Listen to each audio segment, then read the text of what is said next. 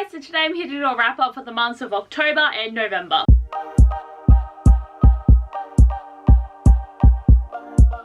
I feel like this shirt is very fitting because my top listened artist, according to Spotify this year, was 6. So I just felt like I needed to bring some love because I've literally never worn this out because it's weird. If people don't know what it is, it's weird because I have a shirt that says beheaded twice and dead and all this stuff, and people would be just like, what? Like, I know the sleeve gives you some info, but not many people probably know about this musical, like if they're not in the musical scene.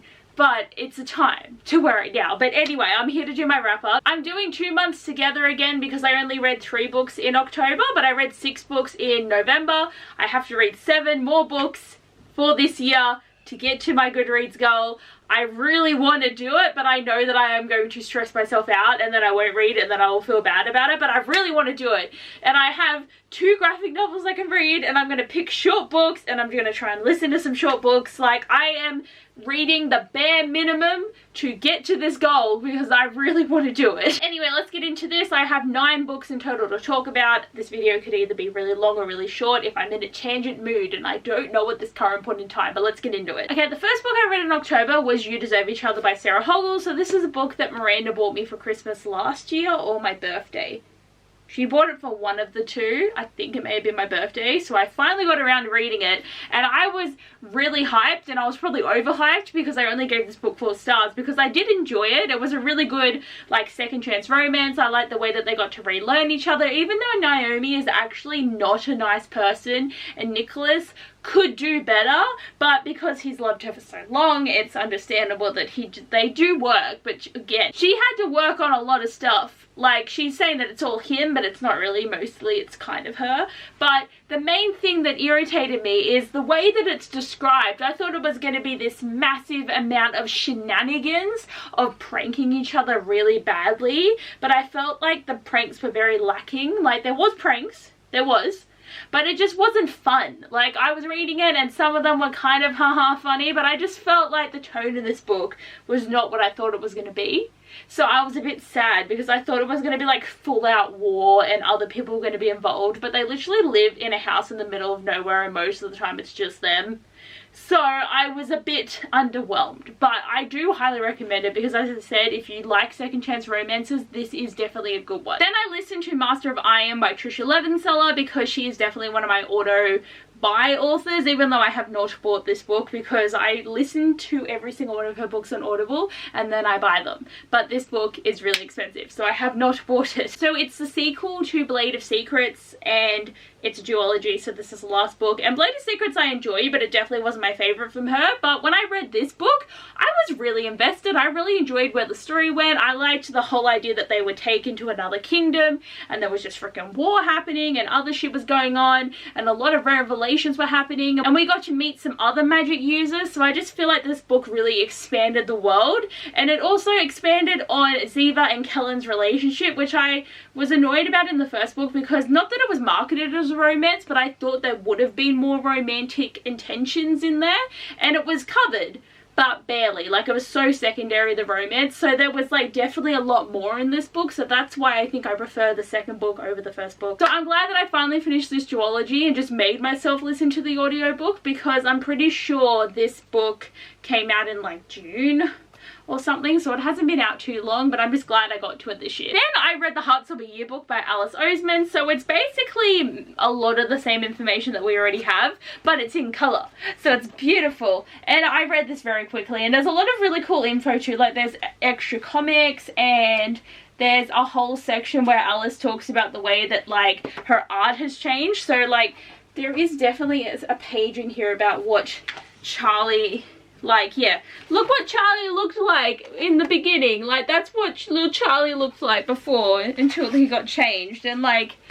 look at him. Look how different Nick looks. Like, it's different. Like, the whole memory lane part was so good. I highly recommend this if you're an avid Heartstopper fan like me. You cannot see it. Where is it? But, you know, it is really fun and I really like the color photos. I really wish it was volume 5, but I do understand that she's under an immense amount of stress and she has to obviously take care of her mental health, and just it's hard, like, because writing a whole TV show, writing a comic series, having a gazillion people obsessed with your work now is really hard for a person. So I am hoping that Alice is going to be going better, hopefully in the next couple of years. She really needs to take a break, but obviously high demand because I do want season 2 of Heartstopper, so I'm a bit of a hypocrite. But I am so glad that I just have something, and it was just really cute. So then coming into November, these are the 6 books that I read, and the first one was The School for Good and Evil by Samar Jahani. So I have had this book on my shelf for probably like 6 years. I own the whole entire series. But then a movie got made, and I was aware of it, and I was like, yeah, I'll read it, and then it was like a week before the movie was coming out that I picked it up, and then it took me like 3 weeks to read this book because I just don't think middle grade is my thing, because like it is so childish, but that's the point because they are children. But I cannot relate to it, but I also felt there was just parts of this book that dragged on a lot. I really didn't like Sophie because she's like, oh my god, I'm so good, yet she is like the most annoying person I have ever met in my life. And to be honest, even though this book is talking about how it is not black and white, it really was, because you can clearly see why Sophie is evil and why Agatha is good. Like, it's plain and simple, even though they're like, oh my god, you're weird because you wear black, and you're weird because you look like a princess. Like, it's different. Like, they really needed to expand on this whole entire concept. But something that I do really like is that even though Sophie is so full of herself and she's like, oh my god, I'm meant to be good, and she thinks that she deserves it because she's done so many good deeds. But the thing with good deeds is there are only good deeds depending on the intent behind them. If you're doing good things because you want to be seen as good, you're doing it because of your face value and what you want people to see you as, not because you care about the people, but because you care about yourself. So I like that they have delved into that with it. And even Agatha, when she was doing good things, people didn't want them from her because their intent behind their actions was that she is evil and they wouldn't accept her help. Like, it's so interesting in that regard, but as I said, very black and white. Found like I got a bit bored throughout the book, that's why it took me so long to read, and like these type of stories are just not good for me anymore because I need things that are going to be snappy and keep me entertained. Yet I still will try and read the rest of the series probably in like 40 million years. Maybe I will like have a child by then and the child will read it before I do, I don't know. But I have books waiting for them when it happens. So to continue on with my free trial of Audible, I listened to Malibu Rising by Chella Jenkins Reid, so you can kind of see where this is going because I had 3 audiobooks and 3 books of hers left that I needed to read.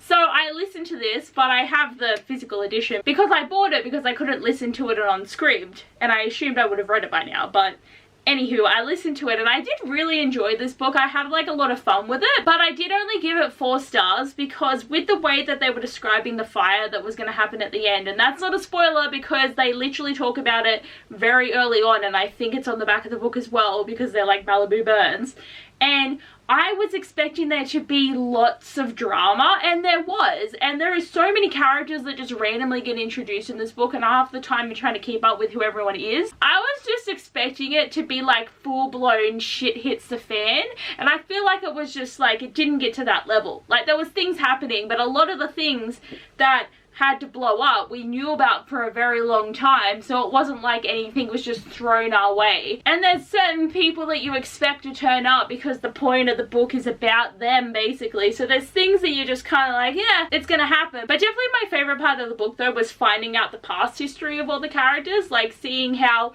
Mick and June ended up together and like the babies being born, and then Nina getting into surfing and everything, and just the way that they grew up, and you can definitely see how they became the people that they are. Like, I really appreciate the way that she has done that because like Evelyn Hugo was a complete life story. Daisy Jones and the Six was basically the whole story but told in a different format. This one did the same, and Carrie Soto also had a whole section recapping what she'd done to become the greatest tennis player of all time. So I really appreciate the way that she's evolved these stories, and I'm sad that Carrie Soto was the last one in this series of books that she is writing that talk about these characters and this world.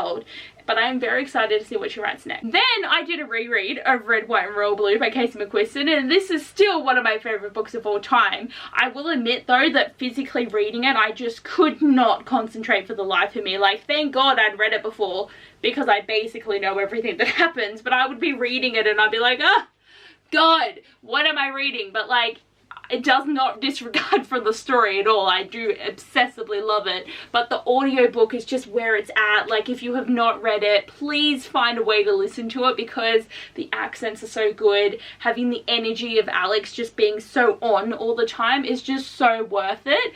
But I had so much fun, and the main reason I reread it is, one, I have this beautiful edition. Look at it, so pretty, and I am just obsessed.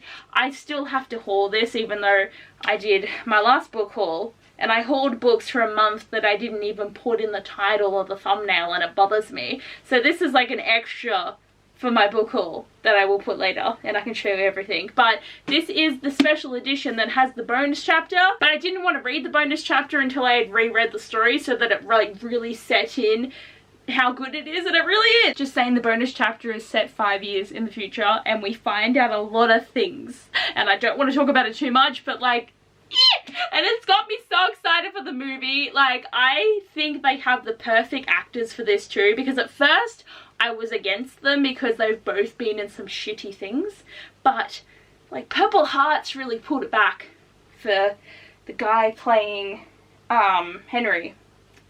I don't even remember what his name is, but like I'm excited, and I just need some news about when this is happening. Okay, I finally got to reading Would You Rather by Alison Ashley. So I got sent this book by Harlequin like a month ago, and I'd been saying to myself, you gotta read it, you gotta read it, you gotta keep up with these things. And when I only have to read one book, it's not that bad, but I was a little bit behind, but I have read it, and I really enjoyed this book. Like, at first it was taking a little while to get into because it's about a marriage of convenience.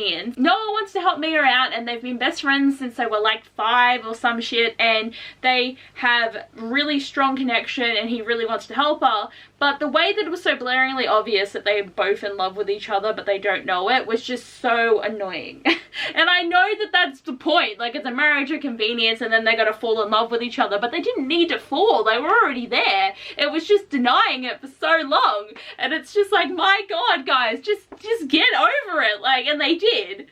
And I really appreciated it once they started to like have a bit more about it. And even though the funny thing is, like, this book is not smutty in the slightest, yet they make so many jokes about it, and I find that's just a very fine line, because they don't have the sex scenes, but then they will be like making like lots of jokes and innuendos about it and just generally talking about it, and I'm like, how are you like talking so much about it but you don't give me nothing? Like, I want some spice, and it's not there. They are really great characters, and I really enjoyed that this book had a very focus on grief that I didn't expect, but also the way that Mia had to deal with her illness, and about how scary it was, and about how Noah had a lot of demons that he really needed to face. Like, I gave this book 4 stars. I really enjoyed it. It's just the beginning was a bit hard to get through, as I said, but I do really recommend this book. Like, it was a really good read, and I got through it really quickly. Then I read Laura Olympus by Rachel Smith, and I love it so much, and this is another thing I have to haul, but we'll talk about that later. But it's so good. I have heard so many things about this book, and I know so many people that haven't. I see it on both Kat from Stars and Embers and Kat from Booze and Reviews shelves in their background, and I'm always like, I'm gonna get it. I even said to Kat when we were in a bookstore, like I think in Dimmicks or something, and I was like, should I buy this? And she's like, no, get the hardcover. So I did. And I love it so much, and it's so cute, and it's full color, it's very fun, and I am not a graphic novel person. I don't say that I am. It's only Heartstopper and Laura Olympus that are it. But this is so wholesome, and I know there is a lot of bad shit going on, and literally every character in this book is an arsehole except for Persephone, who is a literal embodiment of a cinnamon roll, and she is too pure and nothing bad should happen to her. And I freaking there's some things that do happen and it concerns me, but like Hades, he isn't a nice person, but he's so nice. Like, he's so nice to her, because obviously we're only seeing him around her, but when he's not around Persephone, he's like ripping people's eyes out, and it's dangerous. But I just love it so much, and just like, he's so soft for her, but the slow burn of it is killing me, okay? Because I actually just hate slow burn. Just give me insta love because I'm impatient. Because, like, yes, if you fall in love after 12 minutes, okay, I will deal with it. I don't care. I will complain. But, like, this slow burnness of them knowing that they shouldn't be together because there is a hella age gap, and she is obviously got to be like the sacred virgin, and she doesn't understand things about relationship, and Hades is just like, I love it so much. But like, there is drama and I'm here for it. And then I read volume 2 as well, back to back on 2 separate nights, and I just love it so much. Like, I know I am gushing so profusely, but thank you to everyone who taught me to read them because they are so good. And I have volume 3, and volume 4 doesn't come out until like June next year, so I probably shouldn't read volume 3 now, but I need to absorb all the content I can.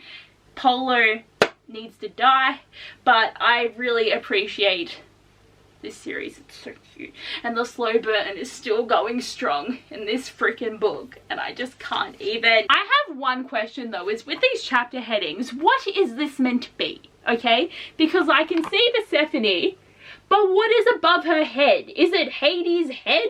Is it a hand? Is it a ghost? Is it, what is it? Like, I have been looking at this page every time I flip to this chapter heading, and I'm like, what is it? So someone comment and help me because I'm stressed. So these are all the books that I read, and like 3 of them were graphic novels, so like I've only read 5 normal size novels, and then I listened to 2, but I'm proud. I've gotten through some really good amount of stuff, and I'm just really glad that I managed to get to like in the 40s of books read. I've definitely done better than last year, and I'm just proud of this. Well, anyway guys, that is all for today's wrap up. I said it was either going to be a long or a short video, but it's me, so of course it was going to be a long video. But I hope you guys enjoyed. Have you read any of these books? If you have, please tell me what you think of them. If you're going to read them, tell me that too. But I do hope you guys enjoyed the video. Thanks for watching, and I'll see you guys next time. Bye!